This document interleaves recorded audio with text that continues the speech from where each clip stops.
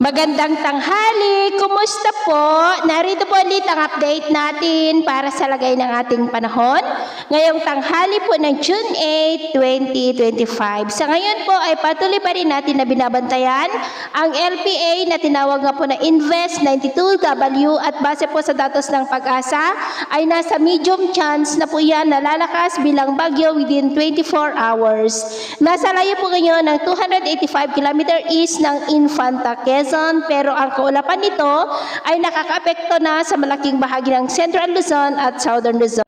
Posibleng tatawirin po niya ang Northern or Central Luzon sa mga susunod na oras at lalakas bilang bagyo pagsapit dyan sa may West Philippine Sea na lalong magpapalakas ng habagat na patuloy na magdudulot ng mas maulan na panahon sa kanlurang bahagi po ng ating bansa sa mga susunod pa na araw. At ito nga ang pinapakita ng forecast model natin pong ginagamit hanggang po sa susunod na 2 linggo. At sa lagay ng ating panahon ngayong tanghali dahil sa pinagsamang epekto ng habagat at LPA ay maulap ang kalangitan with isolated rains ang malaking bahagi ng Central Luzon, Metro Manila, Calabarzon, Bicol Region, Mimaropa, La Union, Benguet, Mountain Province, Quirino, Nueva Vizcaya, Aurora, Antique, Negros, Bohol, Northern Samar, Sulu Archipelago at Zamboanga Peninsula. At sa mga susunod na oras, mas maraming lugar ulit ang makakaranas ng mas maulap na kalangitan with isolated light to heavy rains. Kaya mag-ingat po tayo dahil posible pa rin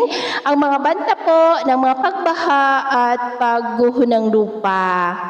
At sa atin naman po mga baybayin, wala naman po tayong nakataas na anumang gale warning signals, pero iba yung pag-iingat lamang po kung papalaot tayo para mas makaiwas sa mga sakunang pangkaragatan. So ito po ng latest update natin sa araw na ito. At ako pa muli si James na nagsasabing sa kahit anong pagsubok po na darating sa ating buhay, huwag na huwag po tayong mawawalan ng pag-asa. Thank you and God bless!